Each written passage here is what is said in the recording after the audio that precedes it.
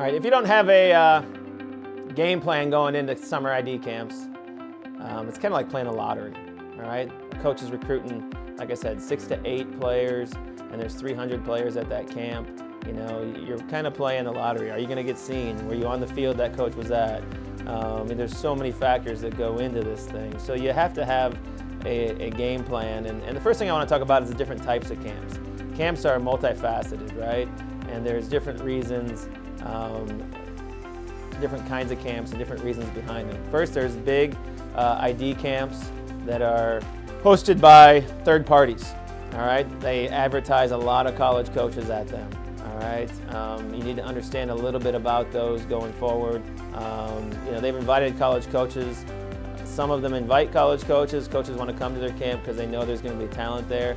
Others pay college coaches to come there. And the higher the division, the more that coach gets paid. And usually they're not sending the head coach, right? They're sending, you know, at a Division I, Wake Forest isn't going to an ID camp and sending their head coach.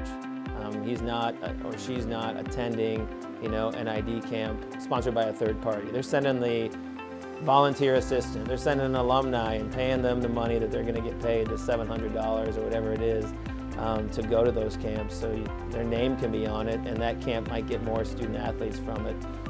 So there is some lack of transparency in those camps, and makes them a little bit more difficult to know who's going to be there, who's really going to be there. I think they can be decent opportunities for someone who wants to get in front of, you know, small college and those types of things. They're sending a real coach, whether it's a full-time assistant or the head coach. A lot of times, you know, from a small college might be going to those camps.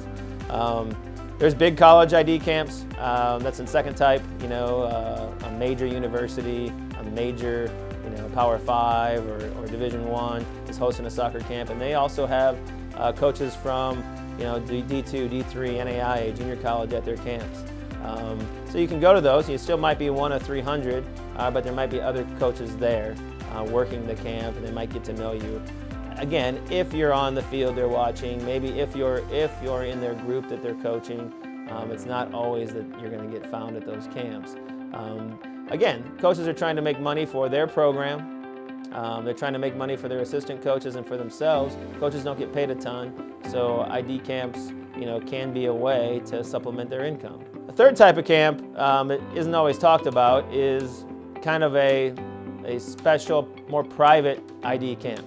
A lot of colleges will have these, even the big colleges, where it's invite only. Even though they can't only, you know, it has to be open to the public. A camp has to be open to registration for anybody, but they kind of, you know, curtail that by sending out an email that says, okay, to their top recruits that at, you know, 6 a.m. on Wednesday, we want you to sign up for this camp, and they want to fill it with their top kids. And so maybe they limit it to 40 players, and you can train with the best recruits they're trying to get, the ones they're only interested in. You can train with their players potentially, and they really get to see you in those lights. And you know, those are probably their best value. They're usually like $125 to $75, somewhere in that range. They're usually one day, a couple hours. You can get there and back at a camp if it's fairly regional. You're not spending time in a hotel and overnight and stuff like that. You know, some of these other camps, it might be 2-3 days. You got to pay for your own hotel. You got to pay for food. You got to take the whole value of the camp and determine your return on investment.